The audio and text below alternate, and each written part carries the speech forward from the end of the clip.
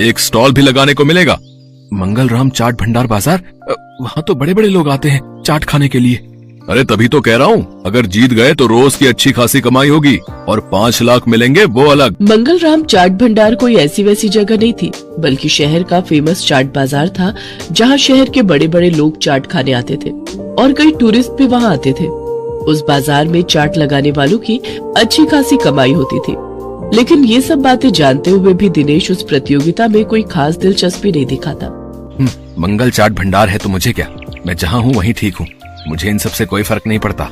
उधर भोला और राजू उस कंपटीशन के बारे में सुनकर आपस में कहते हैं, सुन भोला, इस कंपटीशन को तू जीते या मैं, मुझे कोई फर्क नहीं पड़ता, बस कोई और नहीं जीतना चाहिए।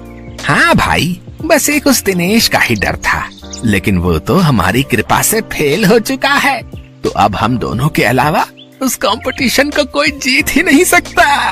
अगले दिन हीरो भोला और राजू से मिलने आता है। क्यों भाई, मान गए ना मुझे? आखिर मैंने शराब और जुए की लत लगाकर उस दिनेश के धंधे को चौपट कर ही दिया भैया। तुम्हारे एक बार कहने से ही तुम्हारे दुश्मन को कैसे ढेर कर दिया मैंने। अगर वो ढेर नहीं होता तो हमारा धंधा आबाद कैसे होता भाई? उसकी पेप्सी पानी पूरी ने तो हम लोगों का धंधा ही चौपट कर दिया था भाई। तभी उनकी ये सारी बातें दिनेश सुन लेता है और अपने किए पर उसको बहुत पछतावा होता है।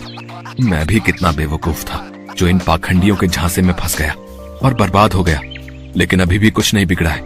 मैं इन सबको मजा चखाऊंगा, मैं इस प्रतियोगिता में हिस्सा जरूर लूंगा। यही बात मन में ठाने दिनेश उस चाट प्रतियोगिता में हिस्सा लेता है और अपनी पेप्सी वाली पानीपुरी की रेसिपी से इस कॉन्टेस्ट को जीतता है, जिससे उसे 5 लाख का इनाम मिल जाता है। साथ ही मंगल चाट भंडार में स्टॉल लगाने के लिए जगह भी। इनाम से मिले पैसों से वो अपने बेटे का इलाज करवाता है। बंटू पूरी तरह से ठीक हो जाता है और वो भी दूसरे बच्चों की तरह खेल कूद करने लगता है। दिनेश की पेप्सी